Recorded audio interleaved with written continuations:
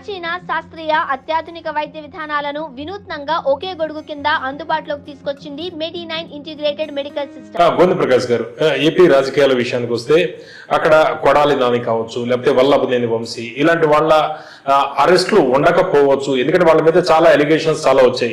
వీళ్ళని ఒక సామాజిక వర్గానికి సంబంధించిన వాళ్ళు కాబట్టి, ముఖ్యమంత్రి గారి సామాజిక వర్గానికి సంబంధించిన వాళ్ళు కాబట్టి వాళ్ళ అరెస్టులు ఉండకపోవచ్చు అనేది మొదట్లో కొంత ప్రచారం జరిగింది, ఆలస్యం అయ్యేటప్పటికి. ఇప్పుడు చూస్తే వంశీ గారి అరెస్టు, దీన్ని ఎట్లా చూసుకోవాలి?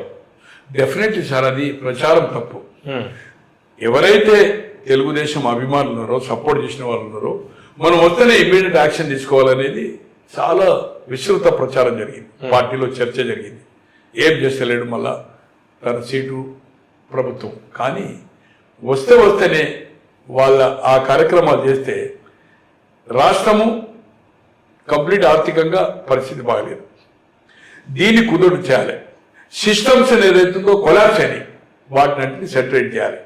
అడ్మినిస్ట్రేషను ప్లస్ కేంద్రంతో సంబంధాలతో ఎలా చేయాలి, రాజధాని ఎలా చేయాలి, ఫండ్స్ ఎలా తెచ్చుకోవాలి, దాని మీదనే కాన్సన్ట్రేట్ చేసిన. కానీ కేసుల గురించి ఎప్పుడు కానీ రివ్యూ కానీ లోకేష్ గారు కానీ, పవన్ కళ్యాణ్ గారు కానీ, లేకపోతే చంద్రబాబు, ఈ ముగ్గురే ఇంపార్టెంట్ కదా. సో ఎప్పుడు కానీ రివ్యూ చేయలేదు, దీని గురించి పట్టించుకోలేదు. దాని మీద పార్టీలో కూడా బాగా నెగటివ్ కూడా వచ్చింది. అనుకోకుండా మొన్నటి కేసు ఏదైతుందో అతన్ని విడ్రా చేయడంలో అతను దొరికాడు. నందిగం సురేష్ అరెస్ట్ చేయాలి. ఇటు పేరుని వాళ్ళ మీద ఏదైతుందో, నాని మీద ఏదైతుందో కేసులు నడుస్తా ఉన్నాయి.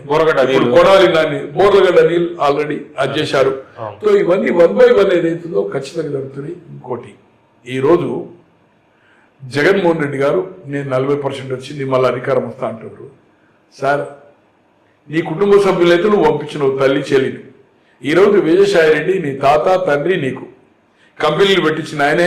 నువ్వు ఇంత ఈ ఉన్నత స్థానానికి పోయినావంటే నీవు సలహా అడిగిండా, ఆయన సలహా చెప్పిండా, ఏది జరిగినా కూడా ఈ సామ్రాజ్యం 1000 కోట్లకు పోయినావంటే బికాస్ ఆఫ్ విజయసాయి రెడ్డి కదా. అలీబిల్ కంపెనీలు నీ ఇంటి ఆడిటర్ దొరకపట్టుకనే చేసినావు కదా, పకడ్బందీగా తయారు చేసింది కదా తను.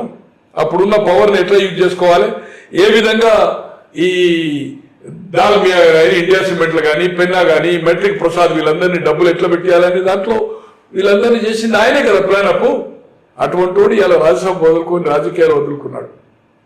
ఇలా వాళ్ళ నాని మిలిటెంట్ ఆయన రాజీవ్ గాంధీ అభిమాని. రాజశేఖర రెడ్డి గారికి ఒక యూత్ వింగ్ ఉండే, ఒక కాపు నాయకుల్ని ఏలూరులో. మేము పోయినప్పుడు 92 ఎప్పుడు రాజీవ్ గాంధీ స్టాచ్యూ ఒక స్ట్రీట్ లో, ఏలూరు చాలా ఎక్కువగా ఉంటుంది, విపరీతంగా జనం.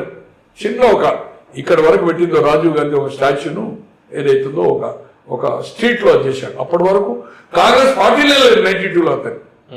అటువంటి వాడు రాజశేఖర రెడ్డి గారిని అభిమానించేవాడు. ఆయన ఇంటికి మేము కూడా పోయాం రాజశేఖర రెడ్డి గారితో అప్పుడు.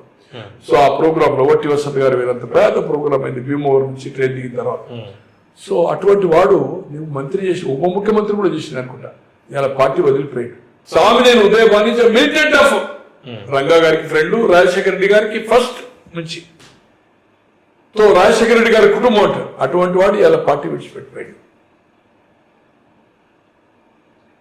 ఉదయభాని మిలిటెంట్, ఆల్నాన్ ఈజ్ మిలిటెంట్. విజయసాయి రెడ్డి అయితే నీ కుటుంబానికే అంకితం. అటువంటి వాళ్ళు పార్టీ వదిలిపెట్టిపోతుంది. ఎక్కడి కాన్ఫిడెన్స్, ఏ సంగతి?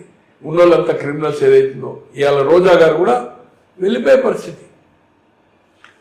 2 కొడుకులు ముందు కృష్ణనాయుడుకు, ఒక కొడుకు ఎమ్మెల్యే ఇప్పుడు, ఇంకో కొడుకు వాళ్ళిద్దరికి ఆయన పొలిటికల్ ఆస్పిరెంట్. అతన్ని తీసుకొని ఇన్ఛార్జ్ చేయాలనే నడుస్తా ఉంటే ఇప్పుడు రోజా థ్రెట్ చేసింది, రాజీనామా నేను పార్టీలకి వెళ్ళిపోతాను. ఎక్కడికి వెళ్ళిపోతుంది రోజా? ఏ పార్టీ? ఎక్కడికి పోతుంది? పార్టీకి రాజీనామా ఇస్తాను. ఎక్కడికి పోతుంది ఏం చెప్పలేగలుగుతా. రేపు వాళ్ళ నానికి తెలుగుదేశంలో ఇన్వైట్ చేసుకున్నప్పుడు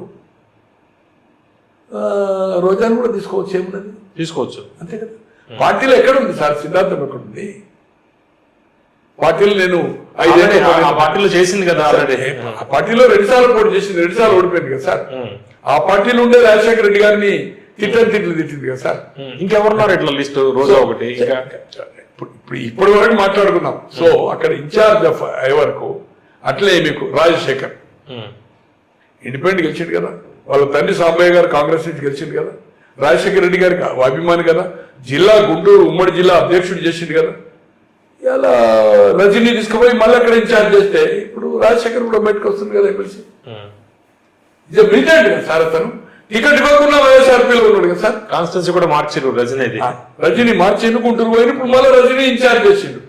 తో రాజశేఖర్ కూడా ఇట్లా చాలా మంది ఏదైతుందో చాలా ప్రాంతాల్లో నేను కొంచెం వాకప్ చేస్తున్నా, నాకు ఫ్రెండ్స్ ఉన్నారు కదా, చాలా మంది ఏదైతుందో హ్యాపీ ఉన్నారు. కొంతమంది కేసులకు భయపడి, పేర్లు అవసరం లేదనుకోండి, మేము వస్తాం మాకు మీద కేసుల గురించి ఏదైతుందో కొంచెం హెల్ప్ చేయాలనేది కూడా మీడియన్స్ తోటి మాట్లాడుతుంది, ఇబ్బంది పెట్టదని. సో కొందరైతే రాజకీయాలు మేము వదులుకుంటాం, మేము రాజకీయాలు ఉండమని చెప్పడానికి తయారుగా ఉన్నారు. ఏలిన వాళ్ళు, జిల్లాలో మొత్తం చక్రం నింపిన వాళ్ళు. ఇవన్నీ చాలా జరుగుతున్నాయి. ఏది ఏమైనా ఆంధ్రలో జగన్మోహన్ రెడ్డి గారు ఈరోజు నేనేదైతుందో మళ్ళీ అధికారం వస్తే నాకు 40%, అంత ఈజీ కాదు, అంత ఈజీ కాదు. నీ దగ్గర ఉన్న మిలిటెంట్స్ అధికారం కోసం వచ్చిన వాళ్ళు కాదు, పేరు చెప్పదలుచుకోవాలి, అధికారం కోసం ఎవరు వచ్చిండ్రు ఏ సంగతి లేదు. ఈ రోజు నీ మిలిటెంట్, నీ తండ్రితో నీ కుటుంబంతో అభిమానం ఉన్న వాళ్ళు కూడా బయటికి వెళ్ళిపోతున్నట్టే, పట్టుకోల్పోతున్నట్టే కదా, పట్టుకోల్పోతున్నట్టే కదా. సో ఏది ఏమైనా ఈ రోజున్న పరిస్థితిలో చంద్రబాబు గారు ఒక సిస్టమేటిక్గా కక్ష సాధింపు అనేది ఉండద్దు, చట్టము తన పని తను చేసుకపోతుంది అనే ఉద్దేశంలో 1 by 1 బిల్డప్ ఏదైతుందో, అధికారులు కూడా ఏదైతుందో సిస్టమేటిక్గా ఇన్స్ట్రక్షన్ కూడా ఇచ్చినట్టుంది. 1 by 1 ఎట్లయితే కొంత ఎంక్వైరీ